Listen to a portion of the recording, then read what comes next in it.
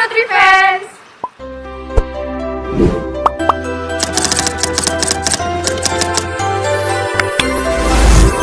Friends, pasti kalian gak asing lagi kan ketika mendengar kata pangan? Sebenarnya pangan itu apa sih? Nah, di sini kami akan menjelaskan mengenai pangan lebih rinci lagi. NutriFans tahu kapan Hari Pangan Sedunia dan bagaimana sejarahnya. Simak penjelasan berikut ini. Hari Pangan diperingati setiap tanggal 16 Oktober di setiap tahunnya. Sejarah peringatan Hari Pangan Sedunia bermula dari konferensi FAO ke-20 pada bulan November tahun 1976 di Roma, yang telah menghasilkan resolusi nomor 179 mengenai Hari Pangan Sedunia. Resolusi yang disepakati oleh 147 anggota FAO, termasuk Indonesia, menetapkan bahwa mulai tahun 1981, anggota FAO setiap tanggal 16 Oktober menetapkan Hari Pangan Sedunia atau HPS. Kemudian, tujuan dari peringatan HPS tersebut adalah untuk meningkatkan kesadaran dan perhatian masyarakat internasional akan pentingnya penanganan masalah pangan, baik di tingkat global, regional, maupun nasional. Lalu, apa itu pangan? Kata ini tentu tidak asing bagi kita. Nah, pangan adalah segala sesuatu yang berasal dari sumber hayati, baik itu produk pertanian, perkebunan, kehutanan, perikanan, peternakan, dan perairan. Pangan merupakan segala sesuatu yang berada dari sumber hayati, baik yang diolah maupun tidak diolah, yang dikonsumsi oleh manusia maupun tidak.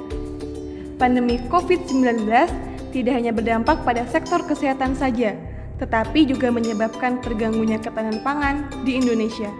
Namun, tidak hanya Indonesia saja yang terdampak ketahanan pangannya. Bahkan, hampir di seluruh dunia merasakan dampak yang sama karena COVID-19. Beberapa problema ketahanan pangan di Indonesia terjadi akibat pengaruh pandemi COVID-19, yaitu pertama, perubahan pola konsumsi antara generasi milenial dan kolonial yang berbeda, di mana kualitas dan kuantitas tetap menjadi hal yang penting. Kedua, menjaga petani tetap berproduksi. Harga cenderung tidak berpola karena perubahan pola konsumsi juga, dan kecenderungan naiknya harga pangan.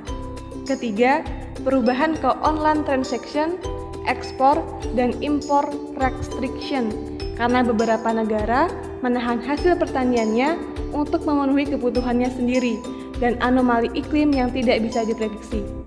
Keempat, penguatan cadangan dan sistem logistik pangan dengan pengembangan LPM dan penguatan sistem logistik pangan nasional, pengembangan pertanian modern dengan mengembangkan smart farming, greenhouse, food estate, dan startup pertanian. Yang terakhir adalah gerakan 3 kali ekspor atau GRATIEX dengan cara meningkatkan volume ekspor, menambah ragam komoditas ekspor, dan lain sebagainya. Problematika pandemi COVID-19 di bidang pangan dapat dicegah oleh salah satu metode, yaitu diversifikasi pangan. Diversifikasi pangan merupakan upaya untuk mendorong masyarakat agar memvariasikan makanan pokok yang dikonsumsi, sehingga tidak terfokus pada satu jenis saja. Diversifikasi pangan juga bermanfaat untuk memperoleh nutrisi dari sumber gizi yang lebih beragam dan seimbang. Diversifikasi pangan yang dilakukan masyarakat kawasan ASEAN umumnya dan Indonesia khususnya, yaitu berupa nasi, karena mayoritas wilayah Asia Tenggara merupakan wilayah penghasil beras. Indonesia juga menegaskan komitmennya dalam melaksanakan program tersebut dengan menjelaskan definisi diversifikasi pangan yang tertuang dalam Peraturan Pemerintah Nomor 68 Tahun 2002 tentang ketahanan pangan demi mewujudkan swasembada beras dalam meminimalkan konsumsi beras agar tidak melebihi produksinya.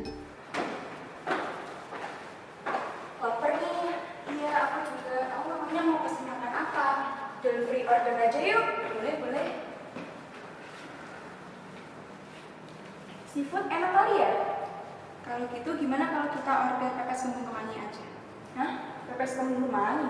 Iya, emangnya kamu belum pernah makan ikan kembung? Emangnya enak? Ih, enak tahu. Apalagi kandungan gizi ikan kembung sebanding loh sama ikan salmon. Terus harganya pun juga lebih terjangkau gitu. Tapi emang bisa apa kalau namanya petani impor?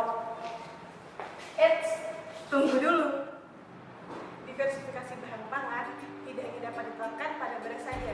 Di Indonesia, dengan sumber daya alam yang melimpah, kita dapat memilih bahan pangan sesuai dengan apa yang kita butuhkan. Nah, dari drama tadi, kemungkinan besar masyarakat umum belum mengetahui bahwa Indonesia memiliki ikan yang kaya akan kandungan gizi yang tidak kalah dengan ikan impor. Salah satunya adalah ikan kembung. Mungkin banyak dari kita tidak percaya bahwa ikan kembung memiliki kandungan gizi yang sebanding dengan ikan salmon. Penasaran? Yuk kita cari tahu lebih lanjut mengenai ikan kembung bersamaku. Ikan kembung adalah ikan pelagis kecil dalam marga Rastrelliger, suku Scrombidae, yang tersebar luas di Samudra Hindia dan kawasan Indo-Pasifik Barat.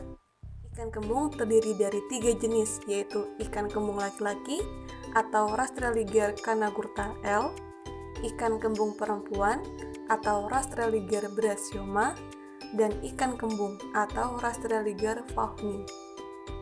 Ikan ini hidup secara bergerombol dan memakan plankton besar atau kasar, copepode, atau krustasea. Contoh lain dari ikan suku Scrombidae adalah salmon. Ikan ini masih sekerabat dengan tenggiri, tongkol, tuna, madidihang, dan makarel. Ikan kembung memiliki beberapa manfaat, yaitu yang pertama, mencegah terjadinya penyakit jantung. Yang kedua, menjaga kesehatan otak. Yang ketiga, menurunkan tingkat kolesterol darah. Yang keempat, meningkatkan sistem kekebalan tubuh. Dan yang kelima adalah untuk kepadatan tulang. Nah, banyak sekali ya manfaat yang didapatkan akibat pengonsumsian ikan kembung ini.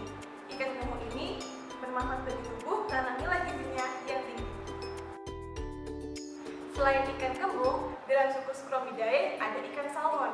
Nah, ikan salmon ini telah lama menjadi primadona di antara ikan-ikan lainnya karena kandungan omega 3-nya yang tinggi. Karena kandungan omega 3-nya tinggi, ikan salmon sering dibicarakan daripada ikan-ikan lainnya. Oleh karena itu, banyak orang yang rela mengeluarkan uang lebih hanya untuk membeli ikan ini. Sebenarnya apa sih itu omega 3 yang membuat ikan salmon sangat dibangga-banggakan karena kandungan omega 3-nya yang tinggi? Jadi, omega 3 adalah asam lemak tak jenuh ganda yang dapat mencegah penyakit kardiovaskular dan juga dapat digunakan untuk tumbuh kembang anak yang optimal. Nah, omega 3 ini dapat digunakan untuk pertumbuhan otak dan juga perkembangan mata pada bayi dan juga janin pada saat di dalam rahim. Tetapi fakta yang mengejutkan adalah kandungan omega 3 pada ikan kembung lebih tinggi daripada ikan salmon.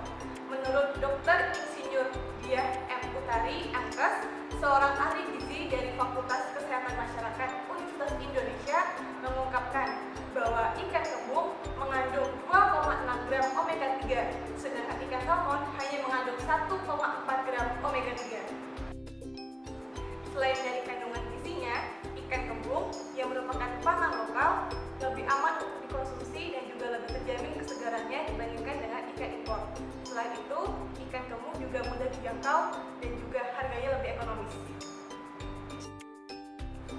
Ikan kembung sangat baik dikonsumsi oleh ibu hamil.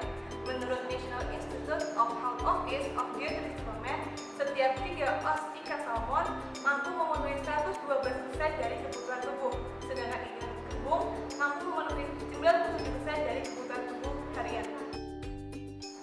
Ini merupakan tabel kandungan gizi pada ikan kembung per 100 gram, sedangkan ini merupakan kandungan gizi ikan salmon per 100 gram. Setelah melihat tabel kandungan gizi